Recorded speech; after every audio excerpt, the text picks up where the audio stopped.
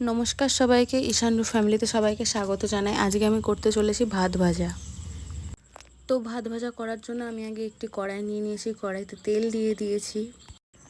তেলটা গরম হয়েছে, আমি ওতে একটু সামান্য লবণ দিয়েছি। এবার সবজিগুলো দিয়ে দিলাম, পেঁয়াজ, গাজর, বিনস। এবার আমি এই সবজিগুলোকে হালকা করে একটু ভেজে নেব।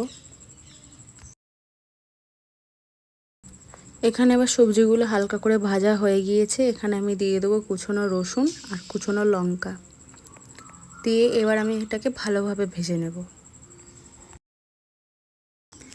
এবার সবজিগুলো আমার ভাজা হয়ে গিয়েছে, এবার আমি ডিমটাকে দিয়ে দেব। ডিমটাকে দিয়ে আমি ভুজিয়া মতন করে নেব।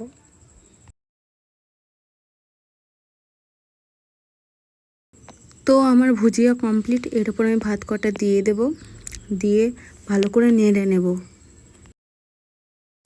ভাত কটা নাড়া আমার হয়ে গিয়েছে। এর উপর নুন আর চিনিটা আমি দিয়ে দেব। ঘিটাকেও আমি দিয়ে নিলাম। এবার ভালো করে সবটুকুকে মিশিয়ে নেব যাতে চিনিটা গলে যায়। তো এখানে আমার ভাত ভাজা এখন কমপ্লিট। আজ এই অবধি, সবাইকে টাটা।